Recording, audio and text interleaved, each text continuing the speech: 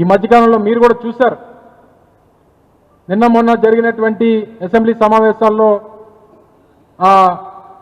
బాలకృష్ణ గారు మాట్లాడినటువంటి మాటలు, చిరంజీవి గారికి జగన్మోహన్ రెడ్డి గారు గౌరవం ఇవ్వలేదని, వారిని అవమానపరిచామని, ఇలా రకరకాలుగా ఎన్నికల్లో కూడా దాన్ని వారి కుటుంబ సభ్యులు కూడా వాడుకున్నారు.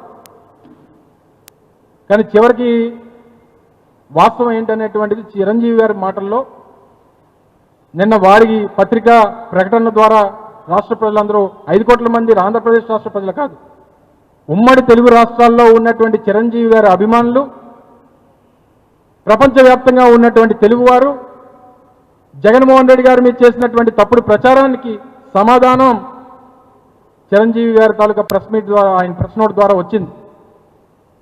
మాకెవరిని అవమానపరచాల్సినటువంటి అవసరమో లేదా పిలిచి అగౌరవపరచాల్సినటువంటి అవసరమో మా పార్టీకి కానీ మా నాయకుడు కానీ అంతకన్నా లేదు.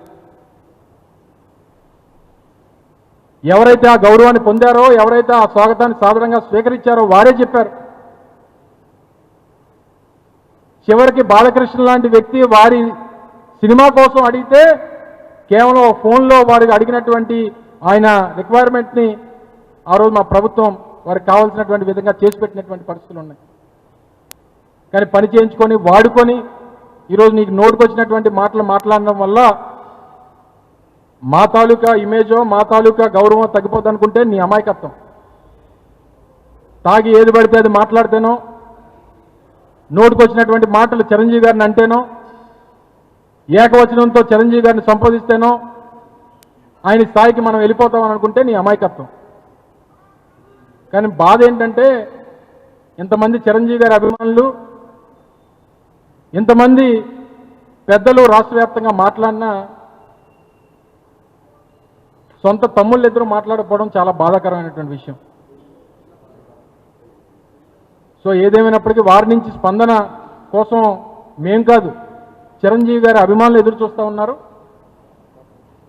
సో వారు స్పందిస్తే బాగుంటుంది అనేటువంటిది నా తాలూకా ఉచిత సలహా. Thank you.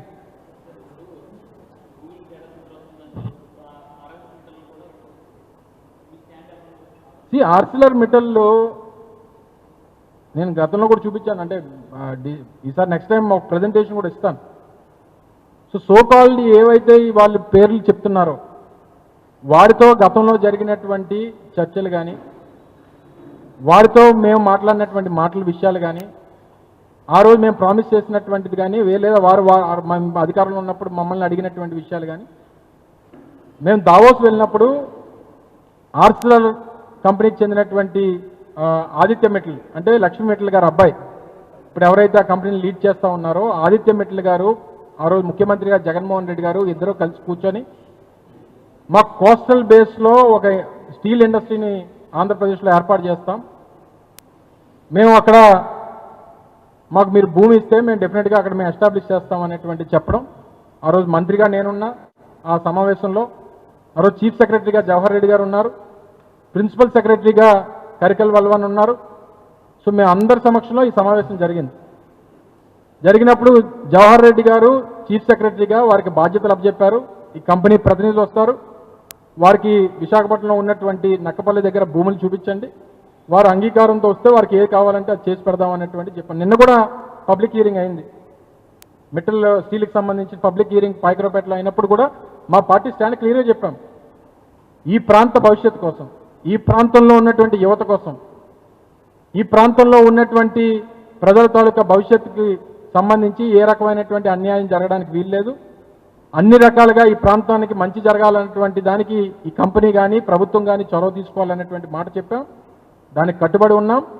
ఏదేమైనప్పటికీ చివరికి ప్రజా అంగీకారంతోనే ఏదైనా జరగాలనేటువంటిది మా పార్టీ తాలూకా స్టాండ్. సో ఏదేమైనప్పటికీ ఆ కంపెనీలు మీరు చెప్పినటువంటి మెటల్ కానీ, లేదా డేటా సెంటర్స్ కానీ, లేకపోతే ఇంకోటి కానీ ఎన్టీపీసీ గ్రీన్ హైడ్రోజన్ అప్ కానీ, ఇవన్నీ మా హయాంలో ఎంఓయూలు చేసుకొని అబౌట్ టు లాంచ్ ఉన్నటువంటి కార్యక్రమాలు వారు అధికారంలోకి వచ్చారు. ఈరోజు వారు క్రెడిట్ తీసుకునేటువంటి ప్రయత్నం చేస్తూ ఉన్నారు. సో ఏదైనా at the end of the day ఈ రాష్ట్రానికి మంచి జరగాలన్నటువంటిది మా తాపత్రయం. లేనటువంటి దానికోసం పాకులాడి లేనటువంటి తప్పుడు ప్రచారం మా మీద చేయొద్దు అనేటువంటిది మా తాలూకు సలహా.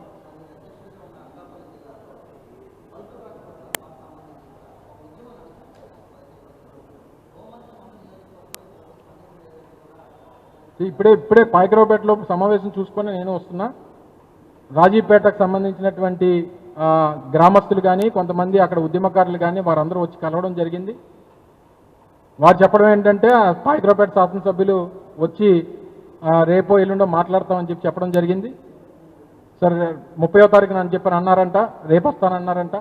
అసెంబ్లీ ఉందని చెప్పి తప్పించుకునేటువంటి ప్రయత్నం చేశారో, సరే రేపు వస్తారన్నారో, రేపు వచ్చి మాట్లాడిన తర్వాత వారి ప్రభుత్వం తాలూకు స్టాండ్ చూసిన తర్వాత స్థానికంగా ఉద్యమకారులు కానీ స్థానికంగా ఉన్నటువంటి ప్రజాప్రతినిధులు కానీ ప్రజలు కానీ వారందరితో మాట్లాడి నేను కూడా వ్యక్తిగతంగా పర్సనల్గా వెళ్తాం.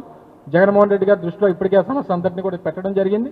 మేము కూడా వ్యక్తిగతంగా వెళ్ళి వారితో మాట్లాడి ప్రజాభిష్టం మేరకు ఏది జరగాలో అది జరిగేటువంటి దానికి మా పార్టీ తాలూకా పూర్తి సహకారం ఉంటుందనేటువంటి విషయాన్ని కూడా మీ ద్వారా ప్రజలందరూ కూడా తెలియజేస్తా ఉన్నాం.